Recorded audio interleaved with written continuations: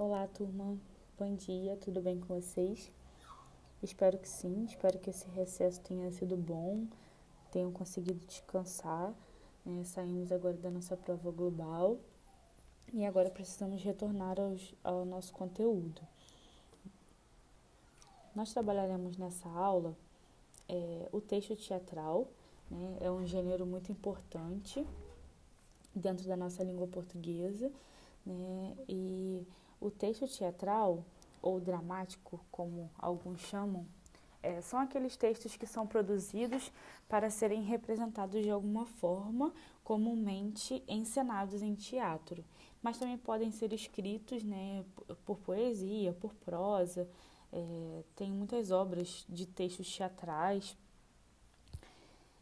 Então, também conseguimos identificar peças de teatro, né, escritas por dramaturgos e dirigidas por produtores teatrais.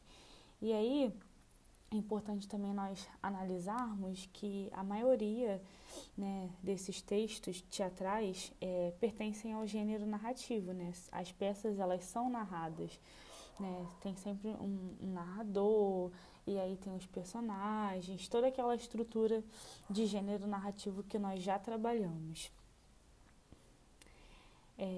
Dentro do texto teatral, a gente consegue identificar características, né? E aí também conseguimos identificar, né, a apresentação do texto teatral. O enredo, personagens, tempo, espaço, são pontos que nós já trabalhamos em outros tipos de texto, de gêneros, né? E comumente o texto teatral eles são divididos em atos, e esses atos eles representam momentos do teatro, né? Momentos da peça, momentos da ação. Por exemplo, a mudança de cenário ou a mudança de personagem. Comumente, cada ato ele vai apresentar uma mudança específica, né? Um cenário específico. E o texto teatral ele possui características peculiares que se distanciam de outros tipos de texto pela principal função que é atribuída, ou seja, a encenação. Nós, quando trabalhamos romance, terror, suspense, enfim, são obras maiores, né? São obras que não são divididas em atos, e aí nós, por mais que pensássemos em encenar, né, esses romances que são mais extensos, algumas cenas ficariam um pouco mais difíceis de serem encenadas porque fica mais no campo do nosso imaginário, né? São coisas que outros tipos de gêneros literários, por exemplo, nos permitem escrever, como o terror, né? Como contos de vampiros, contos de fantasmas. É algo que foge um pouco da capacidade de encenação, além do nosso imaginário, né? E aí, dessa forma, ele apresenta diálogo entre as personagens e algumas observações no campo do texto, tal qual o espaço, né, que a gente já falava, a cena, atos, personagens, rúbricas, que são interpretações de movimentos, que é importante também a gente conhecer, né, dentro do texto teatral. E aí eu coloquei algumas características, né, sobre o texto teatral, que são importantes de trabalharmos, né? O teatro é uma modalidade artística, né, para contextualizar um pouco para vocês. O que é o teatro?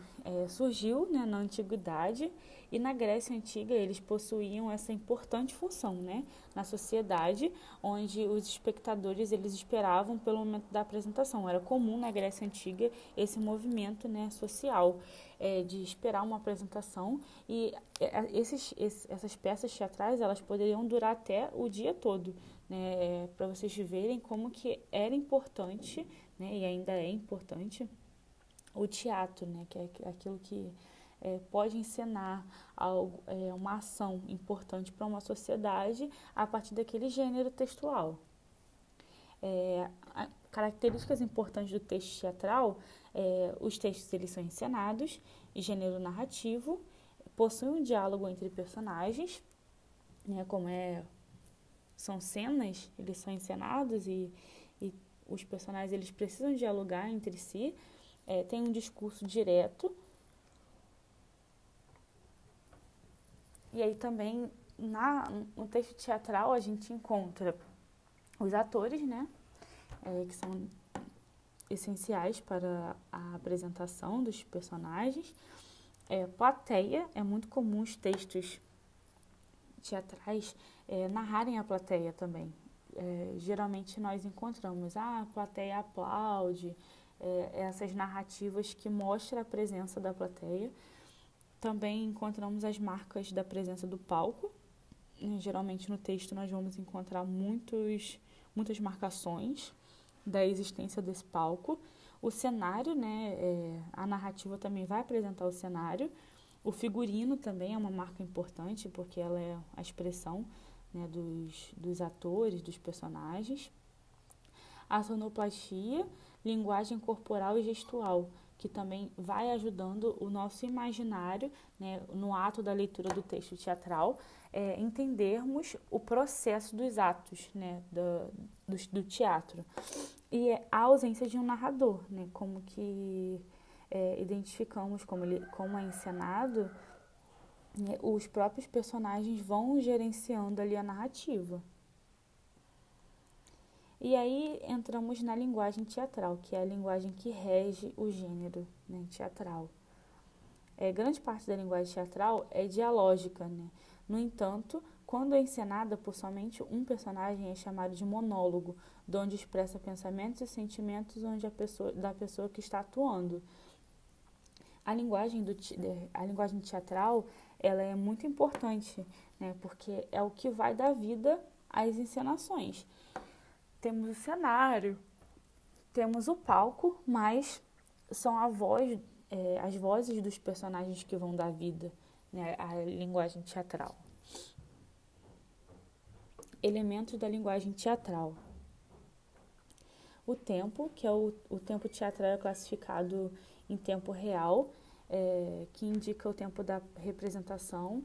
Tem o tempo dramático, quando acontecem os fatos narrados, e o tempo da escrita, que indica quando foi produzida a obra.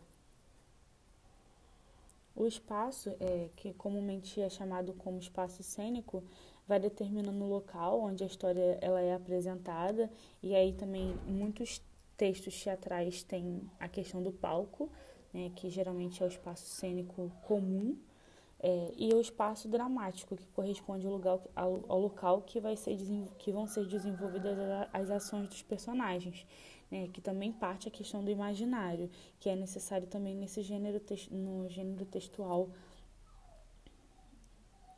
de teatro. Os personagens, segundo a importância, os personagens dos textos teatrais são classificados em personagens principais, que são os protagonistas da peça, os personagens secundários, né, que são aqueles personagens que fazem parte do enredo, mas que eles estão com uma participação ali mais escondida, e os figurantes, que comumente estão ali para encher o palco, né.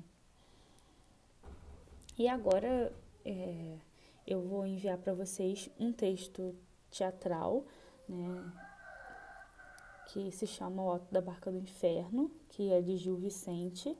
É uma peça muito divertida, né? É uma peça muito intrigante, é uma leitura um pouco rebuscada, porque pelo tempo da escrita, mas é uma peça, né, teatral que ela envolve as nossas temáticas atuais, né? Então não é uma leitura cansativa por causa disso, né? Vocês vão encontrar muitas cenas que vocês encontram comumente no dia a dia, né? Muitas analogias farão sentido no dia a dia, apesar de ser uma peça de 1517, né? Do século XVI.